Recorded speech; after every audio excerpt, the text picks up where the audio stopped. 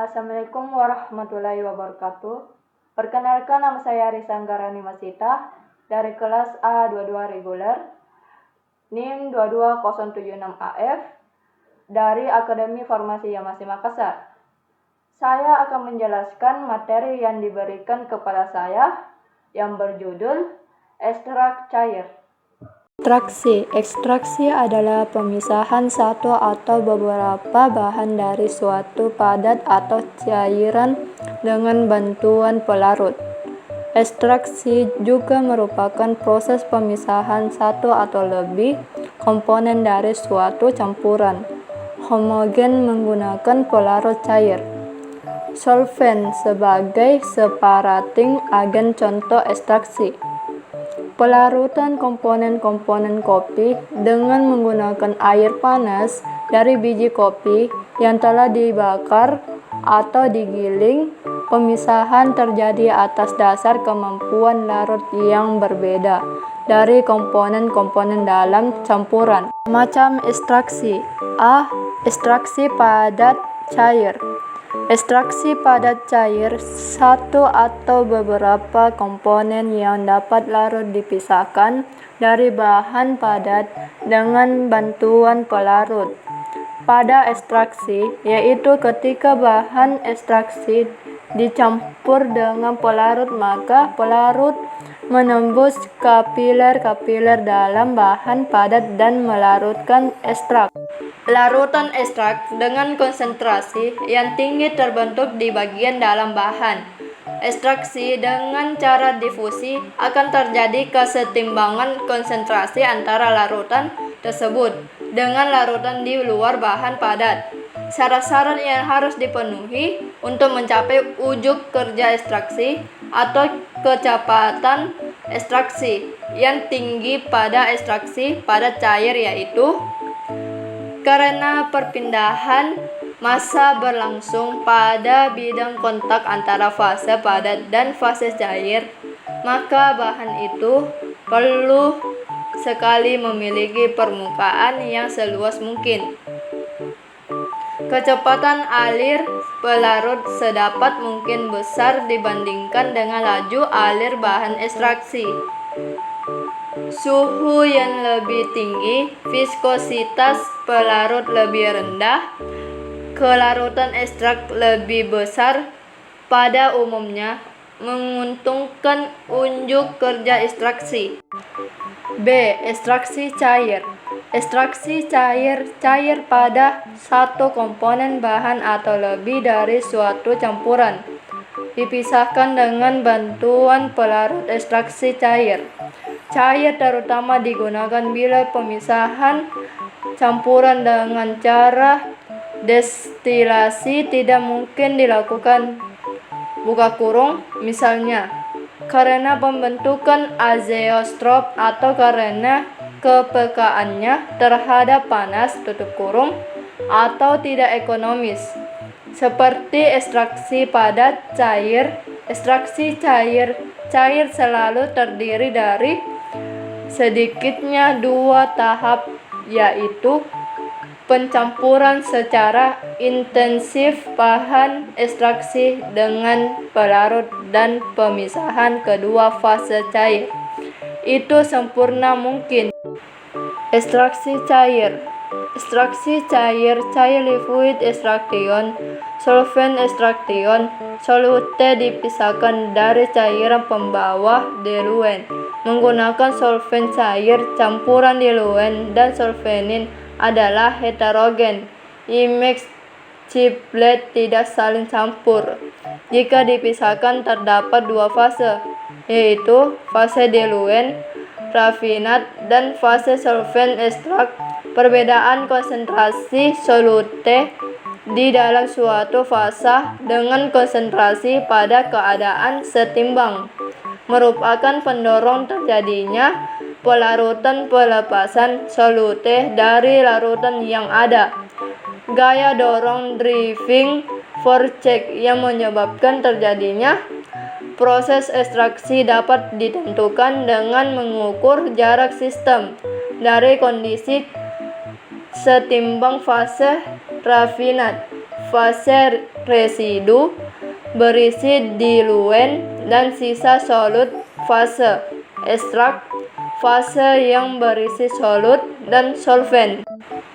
A. Proses ekstraksi cair, dan B. Aplikasi ekstraksi cair.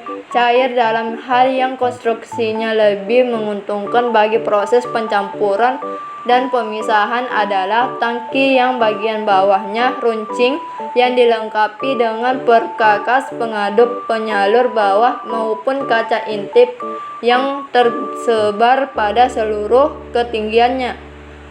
Yang paling sederhana, bahan ekstraksi yang cair dicampur berulang kali dengan pelarut segar dalam sebuah tangki pengaduk, sebaiknya dengan saluran keluar di bagian bawah. Larutan ekstrak yang dihasilkan setiap kali dipisahkan dengan cara penjernihan pengaruh gaya berat. Alat tak kontinu yang sederhana seperti itu digunakan misalnya untuk mengolah bahan dalam jumlah kecil, atau bila hanya sekali-sekali dilakukan ekstraksi untuk pemisahan yang dapat dipercaya antara fase berat dan fase ringan.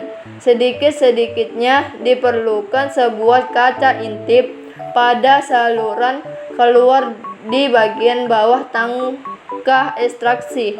Selain itu, penurunan lapisan antara fase seringkali dikontrol secara elektronik dengan perantara alat ukur konduktivitas secara optik dengan bantuan detektor cahaya 289 atas atau secara mekanik dengan pelampung atau benda ampung. Peralatan ini mudah digabungkan dengan komponen pemblokir dan perlengkapan yang akan menghentikan aliran keluar dan atau memberikan alarm segera setelah lapisan tersebut melampaui kedudukan tertentu, agar fase ringan yang kebanyakan terdiri atas pelarut organik tidak masuk ke dalam saluran pembuangan.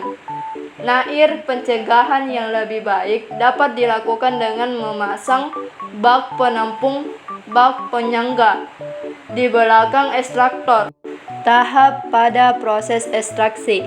Seperti halnya pada proses ekstraksi padat, cair ekstraksi cair selalu terdiri atas sedikitnya dua tahap, yaitu pencampuran secara intensif bahan ekstraksi dengan pelarut dan pemisahan kedua fase cair itu sesempurna mungkin. 1. Pada saat pencampuran terjadi perpindahan massa, yaitu ekstrak meninggalkan pelarut yang pertama media pembawa dan masuk ke dalam pelarut kedua media ekstraksi.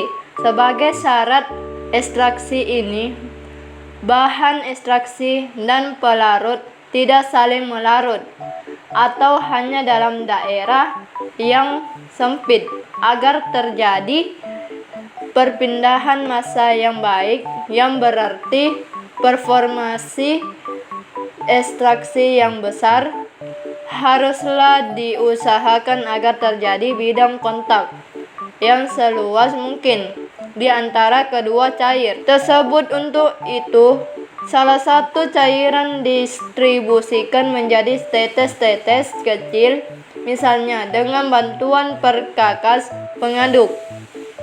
2. Pada saat pemisahan cairan yang telah terdistribusi menjadi tetes-tetes harus menyatu kembali menjadi sebuah fase homogen, dan berdasarkan perbedaan kerapatan yang cukup besar dapat dipisahkan dari cairan yang lain. Kecepatan pembentukan fase homogen yang diikuti dengan menentukan output sebuah ekstraktor cair.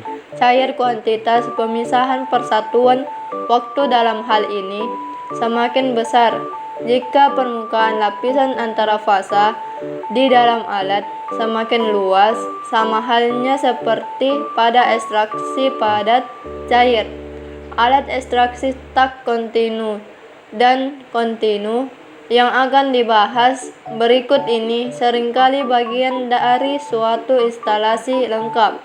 Instalasi tersebut biasanya terdiri atas ekstraktor yang merupakan narnya dengan zona-zona pencampuran dan pemisahan dan sebuah peralatan yang dihubungkan di belakangnya, misalnya alat penguap kolom rektifikasi untuk mengisolasi ekstrak atau memekatkan larutan ekstrak dan mengambil kembali pelarut. Suatu unit ekstraksi selalu diikuti unit pemungutan solvent agar dapat digunakan kembali. Solvent receiver unik seperti gambar di bawah ini. Ditinjau dari cara kontak kedua fase, maka ekstraktor dibagi menjadi dua, yaitu 1. Kontak kontinu continuous cotator seperti rotor disc cotator, packet bed extractor, strobe tower. 2. Kontak bertingkat Stagewise cotator seperti menara plat atau stray miser settler.